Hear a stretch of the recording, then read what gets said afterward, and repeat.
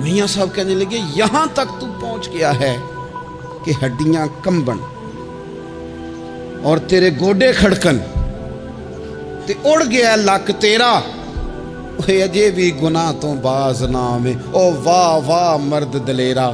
وہ تو اتنا دلیر ہو گیا کہ جب تجھے چاہیے تھا کہ اب ہی تیرے ہاتھ میں استغفار کی تسبیح آتی، اب ہی تجھے سجدے کا ذوق ہوتا۔ ہم اتنے زیادہ غفلت کا شکار ہیں، آپ یقین کریں۔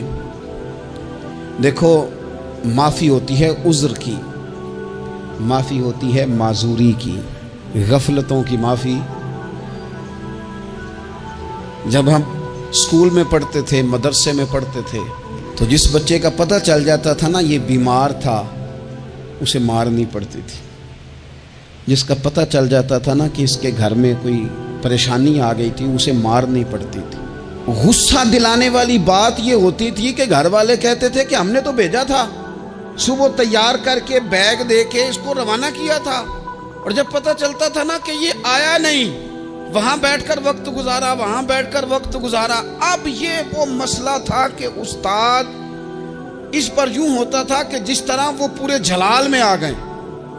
اس بات نے انہیں اتنا غصہ دلا، وہ تو بیٹھا رہا، جان بوجھ کے نہیں آیا۔ اس کو شدید مار پڑتی تھی۔ جب ہم بڑے ہوئے، کتاب و سنت کو دیکھا تو کچھ چیزیں عجیب سی سمجھ میں آئیں۔ سیاستہ میں حدیث موجود ہے کہ صحابہ کرام علیہم رضوان فرماتے ہیں کہ ایک جنگ کا موقع تھا تو وہ رستے بڑے سخت تھے، دشوار گزار گھاٹیاں تھیں، بڑی مشکل سے ہم نے وہ راہیں طے کی۔ ہمیں لگا کہ اس جہاد پر ہمیں بہت اجر ملے گا، اور پھر ہمارے دلوں میں یہ بھی خیال آتا تھا کہ فلاں فلاں فلاں فلاں تو صحابی آئے نہیں، وہ تو گھر میں رہے۔ اللہ کے محبوب صلی اللہ تعالیٰ علیہ وسلم نے ہمارے ان خیالات کو بھانپا اور کریم فرمانے لگے تمہیں اس جہاد پر بڑا اجر ملے گا، لیکن یاد رکھنا تمہارے کچھ بھائی ہیں جو گھروں میں بیٹھے ہیں، مجبوریوں نے، آزمائشوں نے، پریشانیوں نے، عذر نے انہیں آنے نہیں دیا۔ جتنا تمہیں صبر کر کے، مشقت جھیل کے، سفر کر کے جہاد کا ثواب ملے گا، اتنا ہی انہیں گھر بیٹھے بیٹھے بھی ثواب ملے گا۔ آئے نہیں، یہ کس بندے کا معاملہ ہے جو عذر والا ہے؟ اور اگر کسی کے اجتہاد میں غفلت ہو گئی، حضرت کعب بن مالک رضی اللہ تعالیٰ، یہ بھی صحیح بخاری میں، کل چلا جاؤں گا، حضور تو جہاد پہ چلے گئے لیکن اجتہاد میں غفلت ہو گئی، کل چلا جاؤں گا، پرسوں جاؤں گا، ترسوں، فرماتے ہیں میں جا ہی نہیں سکا، حضور واپس آ گئے۔ جن منافقوں نے جھوٹ بولے جا کے کہ یہ مسئلہ ہو گیا تھا، یہ مسئلہ ہو گیا تھا، ان کو تو مل گئی معافی، لیکن میں چونکہ مخلصین میں سے تھا خدا کے فضل سے، اور ہو گئی تھی غفلت، 50 دن نبی کریم مجھ سے ناراض رہے۔ 50 دن اللہ کے لیے کہ تو رب کے راستے میں جہاد کرنے نہیں آیا، 50 دن حضور ناراض رہے۔ فرماتے تھے مدینے کی گلیاں میری تھیں، سب میرے اپنے تھے، پر کریم جو ناراض تھے تو کوئی پھر سلام بھی نہیں لیتا تھا۔ مجھے یوں لگتا تھا کہ مجھے دیکھ کر ہوائیں اور فضائیں بھی رستے بدل جاتی ہیں۔ 50 دن میں مسجد میں آتا تھا، جب میں چہرہ ادھر کرتا تو حضور مجھے دیکھتے، اور جب میں حضور کو دیکھتا تو کریم چہرہ بدل لیتے، میں ویکھاں تے یار نہ ویکھے، تے جدوں نہ ویکھاں ادوں ویکھے، ایڈے نصیب کتھوں تتڑی دے میرے وچ ویکھن دے ویکھے، غلام فریدہ بوئے یار دے مرنا ہے پاویں ویکھے یا نہ ویکھے۔ ختم ہو گئی بات۔ حضرت کعب بن مالک کہتے ہیں 50 دن کے بعد پھر رب کریم نے میری توبہ قبول کی، اور مدینے والے رسول نے اعلان فرمایا جو عذر کی وجہ سے نہیں جا سکے، مجبوری سے، انہیں گھر بیٹھے بیٹھے ثواب ہے، لیکن جن کے اجتہاد میں غفلت ہوئی، سمجھنے میں غفلت ہوئی، کل پرسوں ترسوں چلے جائیں گے، ان سے 50 دنوں کی ناراضگی ہے۔ کتنے لوگ ہیں جن کی فجر گزر جاتی ہے بستر پہ، زور گزر جاتی ہے پھٹے پہ گپوں میں، عصر گزر جاتی ہے چائے پینے میں، مغرب اور عشاء موبائل پہ لیٹے لیٹے بیت جاتی ہے، اور ان سے آپ گفتگو کریں تو وہ دانشور ہیں، آپ بات کریں تو پنچایت ختم کرنے والے لوگ ہیں، آپ ان سے بات کریں تو وہ عالمی سیاست پر نظر رکھتے ہیں، آپ گفتگو کریں تو شعور کی اعلیٰ گتھیاں سلجھاتے نظر آتے ہیں۔ خدا مجھے ایسی خدائی نہ دے کہ اپنے سوا کچھ دکھائی نہ دے. یہ غفلتیں ہیں, یہ شورش ہے, یہ اپنے منہ سے خود میاں مٹھو بننا ہے. اس غفلت کو تھوڑا سا توڑا جائے ورنہ زنگ لگ جاتا ہے صلاحیتوں کو. جو لوگ تھوڑے دن موٹر سائیکل نہیں نہ چلاتے ان کے لیے مشکل ہو جاتا ہے پھر اس کو سٹارٹ کرنا بھی. ہمارے استاد کہا کرتے تھے جو لوگ پڑھاتے نہیں انہیں کتابیں بھولنے لگ جاتی ہیں. جو لوگ کوئی کام کرتے نہیں پھر وہ آہستہ آہستہ وہ زنگ آلود ہو جاتا ہے. وہ کہتے ہیں اب نہیں ہو سکتا تم سے, اب مشکل ہے. سجنوں, دوستوں, بزرگوں, بھائیوں, جو لوگ شروع میں عبادتوں کے عادی نہیں ہوتے, وقت ضائع کرتے ہیں, بڑھاپے میں دل کرتا ہے توبہ ہو جائے, لیکن اپنے ماتھے کو سجدے کی عادت ہی نہیں ڈالی. یہ جسم جھکنا اس کا عادی نہیں ہوا کہ رب کی بارگاہ میں جھکے. اس کا مزاج ہی نہیں تہجد پڑھنے کا. سارا کچھ ہو جاتا ہے. میں نے سیاست کرنے والے, پنچایت ختم کرنے والے, چودراہٹ کرنے والے, وزاداری رکھنے والے راتوں کو تہجد پڑھتے بھی دیکھے ہیں. میں نے قرآن پاک سے پیار کرتے دیکھے ہیں. میں گواہ ہوں بہت سارے لوگوں کا. یہ کام ہو جاتا ہے. شرط یہ ہے کہ بندہ اپنی غفلت کی پٹی تھوڑی دیر کے لیے کھولے. دوسری بات یہ کہ ہم خوش فہمیوں میں بڑا زندہ ہیں, بڑا زندہ ہیں, بڑا اوہو, یعنی 2 4 5. کچھ لوگ کہتے ہیں اللہ کریم بڑا ہے. اللہ اگر کریم بڑا ہے نا میرے بھائی, تو نبی پاک صلی اللہ علیہ وسلم نے فرمایا وہ بڑا بیوقوف ہے جو خدا کی رحمت کی امید بھی رکھے اور اللہ کو ناراض بھی کرے. تو بیوقوف بندہ ہے. اگر وہ کریم ہے تو پھر تو محبت میں ہی اس کی بات مان. بات تو پھر بھی نہیں مان رہا. کچھ لوگ کہتے ہیں نبی پاک صلی اللہ تعالیٰ علیہ وآلہ وسلم شفاعت کریں گے. بھئی ہمارا تو سہارا ہی اس بات پہ ہے, حضور سفارش کریں گے. پر نبی پاک نے درجنوں جگہوں کہا ہے جو میرے طریقے پہ نہ چلے فلیس منا, مجھ سے نہیں. حضور نے فرمایا جو بڑے کی توقیر نہ کرے, چھوٹے پہ رحم نہ کرے, وہ مجھ سے نہیں. فرمایا جو ملاوٹ کرے وہ ہم میں سے. تو یہ حدیثیں بھی تو یاد رکھو نا. شفاعت کی بات انکار نہیں, حضور گناہگاروں کی ہی کریں گے. لیکن یہ حضور نے جو ہمیں اسباق پڑھائے یہ کس لیے پڑھائے؟ یہ بھی تو ہماری سمجھ کے لیے ہے نا. یہ ساری چیزیں ہم نے غفلت بنا کے اپنے اوپر اوڑھ لی. اور پھر سب سے بڑی بات یہ, جو لوگ جنت کے وارث اور مالک ہیں نا, کریم محبوب نے فرمایا یہ جو میری بیٹی فاطمہ ہے جنتی عورتوں کی سردار ہے. تو یہ تو جنت کی مالکہ اور وارثہ ہیں. وہ تو ساری رات ہی نماز پڑھتی تھی, تو سارا دن عبادت کرتی تھی. پاک سب سے زیادہ تو ان کو تھا, تو یہ تو 1 منٹ کے لیے مصلی سے جدا نہیں ہوئے. اور جنہوں نے صرف امید لگائی ہے, کوئی ان کے پاس ڈگری نہیں, وہ بن کے بیٹھ گئے ہیں. وہ کہتے ہیں جناب جنت مطلب ہم جسے کہیں کہ معاذ اللہ وہ جائے گا, دوسرے کو جانے دیتے ہیں. اپنی زندگی میں خوش فہمیاں نہ لائیں, یہ غفلت پیدا کرتی ہیں. غفلت بڑی خطرناک چیز کا نام ہے. جب بندہ غافل ہو جاتا ہے. میں آپ سے ایک بات عرض کروں, حضرت عبداللہ ابن مسعود فرماتے ہیں کہ مومن رائی کے دانے کے برابر غلطی ہو جائے تو اسے لگتا ہے میرے سر پہ پہاڑ کھڑا ہے. اور فرمایا جو منافق ہوتا ہے نا, وہ پہاڑ کے برابر گناہ کر کے کہتا ہے بات ہی کوئی نہیں, فلانا بھی کرتا ہے, یہ بھی کرتا ہے, ساری دنیا کر رہی ہے. یہ نفاق کی علامت ہے. اگرچہ بعض نے اسے نفاق عملی کہا, اعتقادی نہیں کہا. عزیز دوست, جب آپ چھوٹی گناہ چھوٹی غلطی کرتے ہیں تو پھر وہ چھوٹی چھوٹی غلطیاں پہاڑ بنتی ہیں, چھوٹی چھوٹی. وہ حضور نے فرمایا نا, جب تو ایک گناہ کرتا ہے تو تیرے دل پہ ایک دھبا لگتا ہے, نہ توبہ کرے تو دوسرا لگتا ہے, نہ کرے تو تیسرا, پھر دل کالا سیاہ ہو جاتا ہے. چھوٹی چھوٹی غفلتیں بڑی غفلتوں کو جنم دیتی ہیں. چھوٹی چھوٹی کمزوریاں بڑی کمزوریوں کو لے کے آتی ہیں. اسی طرح بخاری مسلم میں حدیث ہے, نبی پاک صلی اللہ تعالیٰ علیہ وسلم نے فرمایا کچھ لوگ کھلم کھلا گناہ کریں گے قیامت کے قریب. اعلانیہ, یا رسول اللہ صلی اللہ علیہ وسلم وہ کس طرح؟ تو حضور فرماتے ہیں انہوں نے رات کو غلطی کی تھی, رب نے ان کی غلطی پر پردہ ڈال دیا. انہوں نے سویرے اٹھ کے خود لوگوں کو بتانا شروع کیا, اور دیکھا میں نے رات یہ کیا, معاذ اللہ. فرمایا جب انہوں نے اللہ کے پردے کو کھولا تو پھر رب نے بھی ان کا پردہ کھول دیا. او میرے دوستو بتاؤ نا, جس کے رب پردے کھول دے پھر کون ہے جو اس کی پردہ داری کرے؟ کون ہے جو پردہ پوشی کرے؟ حضور فرماتے اس نے کلم کلا گناہ، فخر سے بتاتے ہیں لوگ یہ کرتا. میں بڑے ادب سے عرض کروں گا بزرگوں کی خدمت میں جو بڑی عمر کے ہیں، جن کی اب اولادیں ہیں، اگر ان کی زندگی میں کچھ ایسی کمزوریاں ہیں تو بچوں کو سمجھانے کے لیے بھی اس کو ڈسکس نہ کریں. ہم یہ کرتے تھے، ہم یہ کرتے تھے، اس کا کوئی فائدہ نہیں، یہ ہم کر کے دیکھا ہے سارا کچھ. نہ نہ نہ نہ، جس طرح گناہ ہے اس طرح گناہ کا اظہار بھی گناہ ہے. آپ ڈبل جرم کر رہے ہیں، آپ دلیر کر رہے ہیں سامنے والے کو کہ تو بھی کر، خیر ہے. بلکہ ایک نوجوان مجھے ایک دفعہ کہنے لگا جی ابا جی کہتے ہیں میں نے 35 سال یہ کام کیا ہے، یہ سب غلط ہے. تو میں نے ابا جی سے کہا چلو 15 کو سال مجھے بھی کر لینے دو، پھر میں بھی توبہ کر لوں گا. یہ ہم لوگوں کو دعوت دے رہے ہیں کہ غلط کام کرو. قرآن مجید کو آپ دیکھیں گے نا سورہ یاسین کے اندر یہ بھلا کفر کیوں ہوتا تھا، منافقت کیسے پیدا ہوتی تھی، بت پرستی کیسے عام ہوتی تھی. دنیا کے اندر ستارہ پرست، سورج پرست، چاند کی پوجا کرنے والے یہ لوگ کیسے پیدا ہوتے تھے؟ غفلت کی وجہ سے.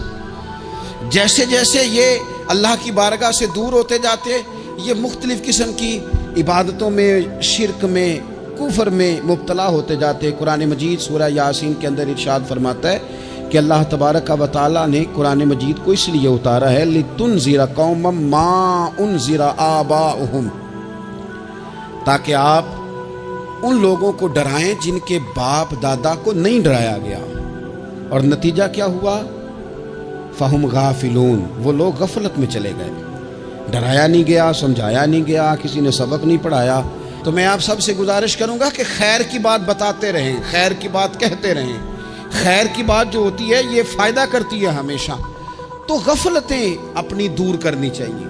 دوسرا یہ ہوتا ہے، ایک تو انسان جب وہ دور ہو جاتا ہے چھوٹے چھوٹے گناہ کر کے تو غفلت آتی ہے. دوسرا قرآن پاک نے ایک اور مقام پر اس کا ذکر فرمایا ہے. وہ اس طرح فرمایا ہے کہ جو انسان کی پیاری چیزیں ہیں نا بعض اوقات، جن سے وہ لگاؤ پیدا کر لیتا ہے، جن سے محبت اس کی بڑھ جاتی ہے، وہ چیزیں بھی غفلت پیدا کرتی ہیں. ان میں 2 چیزوں کا تو قرآن پاک نے نام لے کے ذکر کیا ہے. ویسے وہ ڈھیر ساری چیزیں ہیں، 1 2 3 نہیں. سیاست بھی بندے کو غافل کرتی ہے، دوستوں کی کثرت بھی بندے کو غافل کرتی ہے، کھیل تماشا بھی غافل کرتا ہے، پیسے زیادہ آنے لگ جائیں تو وہ بھی بندے کو غافل کرتے ہیں، تعریف کرنے والے زیادہ ہو جائیں تو وہ بھی غفلت میں مبتلا کر دیتے ہیں. بندہ کسی کرسی پہ بیٹھ جائے تو پھر بھی ادھر ادھر دیکھنے کو تیار نہیں ہوتا. یہ ساری چیزیں غافل کرتی ہیں. لیکن 2 چیزوں کا نام لیا قرآن پاک نے، فرمایا یا ایھا الذین آمنوا لا تلھکم اموالکم ولا اولادکم عن ذکر اللہ. فرمایا اے ایمان والو کہیں ایسا نہ ہو کہ تمہاری اولاد اور تمہارا مال تمہیں اللہ کی یاد سے غافل کر دے. مال اور اولاد، بیوی کو، اولاد کو ایک مقام پہ قرآن پاک نے دشمن بھی کہا ہے. کب؟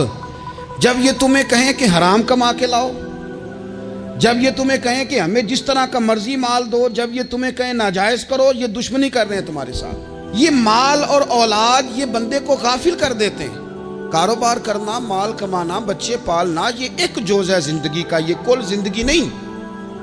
کل زندگی تو یہ ہے کہ آپ نے دین کے لیے کیا کیا، ملت کے لیے کیا کیا، ملک کے لیے کیا کیا، غریب کے لیے کیا کیا. کبھی کسی بندے نے جھونپڑیوں والوں سے پوچھا ہے کہ بارشوں میں تمہارا کیا حال ہوتا ہے؟ وہ کچی آبادیاں جہاں سے گزر کے ہم اپنے بچوں کو دکھاتے ہیں کہ یہ دیکھو یہ پرانے مکان سارے اسی طرح کے ہوتے تھے. کبھی ان لوگوں سے آپ نے پوچھا ہے جو ساری رات چھتوں کے نیچے بالٹیاں رکھ کے وقت گزارتے ہیں کہ چھت ٹپکتی ہے؟ ان سے پوچھا ہے کہ رات بچے سو پائے تھے کہ نہیں؟ اچھا جی بارش ہو رہی ہے تو پھر ہم نے کیا کرنا تھا؟ ہم نے گھر والوں کو پکوڑوں کا آرڈر دینا تھا، وہ وقت پہ دیا. ہم نے کہا تھا کوکنگ آج اپنی. یہ کب ہوتا ہے؟ جب قومیں غافل ہو جاتی ہیں مال میں، مزوں میں، اپنی ذاتی زندگی کے پیچ و تاب میں، پھر وہ اتر کر دائیں بائیں دیکھنا پسند نہیں کرتی. اللہ فرماتے ہیں مال اور اولاد کہیں تمہیں اللہ سے غافل نہ کر دے. کہیں ایسا نہ کر بیٹھنا کہ تم اس میں الجھ جاؤ پوری طرح اور تمہیں صرف اور صرف اپنے بچے یاد رہ جائیں. تجارت کرنی چاہیے لیکن ہم تجارت نہیں کرتے، بانی تاجر جاتے ہیں. ہر چیز کو تجارت کی نظر سے دیکھتے ہیں. ڈاکٹر آپ بنے لیکن زندگی بھی ساری ہی آپ ڈاکٹر بن کے نہ گزاریں. آپ کے کچھ اور تعلقات بھی ہیں، کچھ اور رشتے بھی، ان پر بھی تھوڑا غور کر لیں. غفلتیں تیزی سے آتی ہیں اور وہ آ کر کے ہمارے اوپر حاوی ہو جاتی ہیں. جو پرانے لوگ تھے نا غافل نہیں ہوتے تھے. بڑے بڑے لوگ کنٹرول کرتے تھے, دیکھتے تھے کہ یہاں کوئی چیز مجھ پہ حملہ آور تو نہیں ہو رہی, فلانی چیز کہیں میرے اوپر زیادہ قبضہ تو نہیں کر رہی. وہ پھر ان چیزوں سے اپنے آپ کو بچاتے تھے. نفسانی خواہشات کا غلبہ یا دوستوں کی تعریفیں یا ادھر ادھر کی چیزیں, وہ اپنے آپ کو تیزی سے اس سے بچاتے. اس رستے سے اجتناب کرو جو رستہ غفلت لاتا ہے, جو رستہ تکلیف میں مبتلا کرتا ہے. جو دم غافل سو دم کافر. سانو تے مرشد ہوئی پڑھایا ہو, ہمیں تو یہ سبق دیا گیا. مجھے کہہ لینے دیں, ہم میں سے ڈھیر سارے لوگ ہیں, پلٹ کر اپنی زندگی دیکھیں, اپنے آپ پر غور کریں, تو ہم اتنے قابل تھے کہ شاید ہمیں کوئی اپنے دروازے پر چوکیدار بھی نہ رکھتا. لیکن جب اس نے نواز دیا تو ہمارے لہجے ہی بدل گئے, ہمارا انداز ہی کچھ اور ہو گیا. شاید کوئی ہم سے سلام بھی نہ لیتا, لیکن جب اللہ نے نواز دیا تو لفظ اور جملوں کے اندر پھر ہمارے وہ رنگ آ گیا جو نہیں ہونا چاہیے تھا. کیوں کہ مال آیا تو غفلت لایا. حضرت عمر فاروق کے زمانے میں جب مال آتا تھا تو وہ رویا کرتے تھے, فرماتے تھے جہاں جی آتا ہے وہاں غفلت بھی آتی. اپنی زندگی سے غفلت کا پردہ اٹھائیں. سو رہے ہیں سارے جاگ جائیں, وقت تیزی سے گزر رہا ہے, بے قابو ہو گیا, ہم سے نہیں سنبھالا جاتا. ٹائم کب دن چڑھتا ہے کچھ پتہ نہیں چلتا, شام ہو جاتی ہے ڈھیروں کام رہ جاتے. کئی لوگ تھے جن کا ارادہ تھا کہ پرسوں سے میں نے مسجد آنا ہے, میں نے نیک ہو جانا ہے, وہ نہیں آئے, موت ہی آئی. حضرت اسرائیل ہی آئے, بڑا پیار کیا فلانے نے, او ہو جی, بڑا ہی رو رہے تھے اس کے بچے. پھر کیا قبر پہ بیٹھے رہتے ہیں سارا دن؟ پھر کیا کیا انہوں نے بچوں نے؟ کسی نے کہا میں نے ساتھ جانا ہے. نتیجہ کیا نکلا؟ پیار کس بات کا تھا؟ حضرت عبداللہ ابن مبارک کا آخری وقت تھا تو اماں رو رہی, بہن رو رہی, بھائی رو رہے ہیں, بیوی رو رہی, بچے رو رہے ہیں, آخری ٹائم ہے. تو اماں سے کہنے لگے روتی کیوں ہو؟ کہنے لگی پتر بیٹے تو اور بھی ہیں, پر جس طرح دوائی تو لا کے دیتا تھا کوئی بھی نہیں دیتا. فرمانے لگے بہنوں سے اور بھائیوں سے تم کیوں روتے ہو؟ کہنے لگے تو موجود تھا تو ہمیں کوئی ڈر نہیں تھا, ہر مشکل میں تو پہنچ جاتا تھا. بچوں کی طرف دیکھ کے کہو تم کیوں روتے ہو؟ وہ کہنے لگے ابا جی ابھی تو ہمارے بیاہ ہونے تھے اور آپ جا رہے ہیں. بیوی سے کہا تو وہ کہنے لگی بادشاہی تو تیرے سر پہ تھی, یہ بچے پوچھیں گے مجھے؟ تو حضرت عبداللہ ابن مبارک نے سر سجدے میں رکھا اور کہنے لگے مالک میں سمجھ رہا تھا یہ مجھے رو رہے ہیں, یہ تو اپنی ضرورتوں کو رو رہے ہیں. میرا خیال تھا کہ میرے جانے کا انہیں ڈر لگا ہوا. نا ان سب کو تو اپنا اپنا مسئلہ ہے کہ میرا کیا بنے گا تو میرا کیا بنے گا تو میرا کیا بنے گا. پھر کھول کے روئے اور سب کی طرف دیکھ کے کہنے لگے اور تمہارا تو مسئلہ پیچھے حل ہو ہی جائے گا, اکٹھے بیٹھے ہو. میں سوچ رہا ہوں قبر میں جاؤں گا تو میرا کیا بنے گا. رب کی بارگاہ میں حاضر ہونا ہے, سوال جواب ہونے ہیں, حساب دینا ہے. وہ مجھ سے کڑے سوالات پوچھے گا تو جنا لئی تو پاپ کمائے, دس نہ ان کتھے نہیں ہو تیرے کر دے, بلا ان کو تیرے حصے کا حساب. میرے عزیز غفلت کی بکل کھول دینی چاہیے, وہ دروازہ بند کریں جہاں سے غفلت آتی ہے. خدا را کوئی نہیں, آپ یقین کریں رسمی دعائیں رہ گئی ہیں, رسمی 2 موبائل ہاتھ میں پکڑے ہوتے ہیں. کل کے ٹائم پتر نے 2 موبائل اور 2 موبائل پکڑ کے وہ کہہ رہا ہوتا ہے مولوی صاحب بات دعا 5 منٹ اور لمبی کر دینا, دیگ میں ذرا دیر ہے. او تو ادھر بیٹھو, چھوڑ دیگ کو, تیرا تو باپ چلا گیا, رو بیٹھ کے مصلے پہ, مالک سے کہہ اسے معاف کر دے. او تو آج ہی افسر بن گیا ہے, تیرے لہجے میں آج ہی کچھ اور آ گیا, تجھے تو 3 دن میں ہی ہر شے بھول گئی. 3 دن میں ہی تو تیسرے دن اس طرح کے لفظ ادا کر رہا ہے کہ جن سے محسوس ہوتا ہے کوئی 2-4 دن بھی کوئی کہیں بیٹھ کے دعا کرتا ہے. اپنی غفلت کا دروازہ کھولیں, ورنہ اکثر آنکھیں تب کھلتی ہیں جب آنکھیں بند ہونے کا ٹائم آ جائے. ایک بات صرف اپنی زندگی میں طاری کر لیں, اس کو بھولے نہیں کبھی, اپنا حساب خود کریں. جس طرح ہم پیسے سارے دوستوں کے ساتھ ساری چیزیں ٹھیک ہیں، لیکن اگر ذاتی پیسے گننے ہوں تو وہ اندر سے لوگ دروازہ بند کر کے اپنے بال بچوں کے ساتھ گنتے ہیں، ان میں لوگوں کی شراکت داری پسند نہیں کرتے، چونکہ ذاتی مسئلہ ہے۔ اور ٹھیک ہے بات، بھائی کسی کا ذاتی مسئلہ ہے، وہ ٹھیک کر رہا ہے جو بھی کر رہا ہے۔ اس طرح جو ہمارے ذاتی معاملات ہیں نا، روحانی معاملات، اپنی نمازوں کا حساب کریں، اپنی گفتگو کا حساب کریں، اپنی سوچوں کا حساب کریں، حلال کھا رہے ہیں حرام کھا رہے ہیں خود حساب کریں، اکیلے بیٹھ کے حساب کریں، جان چھڑائیں تھوڑی دیر موبائل سے، تنہا بیٹھ کے تھوڑی دیر مراقبہ کریں، خدا کی نعمت کتنی ہے، جواب میں شکر ہمارا کتنا، اس کا حساب کریں، اپنا حساب کریں۔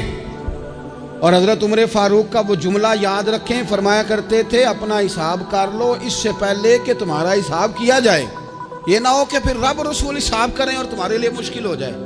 اپنا حساب کریں۔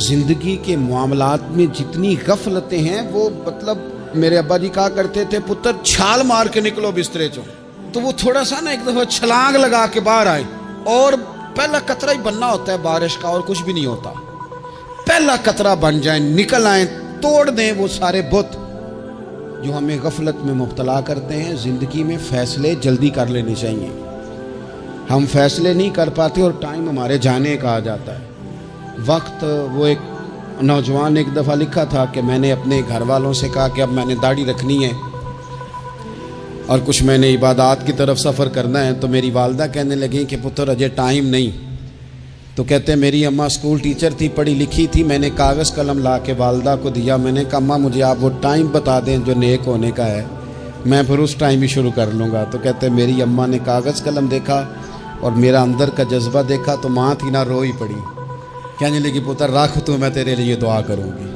اللہ تیری مدد کرے گا۔ تو ٹائم تو آ گیا ہے، وقت تو قریب ہے۔ اللہ فرماتے ہیں اقترب للناس حسابهم وهم فی غفلۃ معرضون۔ بس اس آیت کا ترجمہ کبھی نہ بھولنا، رب فرماتا ہے لوگوں کے حساب کا وقت قریب آ گیا ہے اور وہ ابھی بھی غفلت میں منہ پھیرے ہوئے ہیں۔ ٹائم تو حساب کا آ گیا، ہڈیاں کمبن تے گوڈے کھڑکن تے اڑ گیا لک تیرا، اجے بھی گناہ تو باز نام ہے، واہ واہ مرد دلیرا۔ اللہ سمجھ کی توفیق عطا کرے۔ اسلامک شورٹ اسٹیٹس کو سبسکرائب کریں، لائک کریں، کمنٹ کریں اور شیئر کریں۔ بیل آئیکن کو دبانا مت بھولیں۔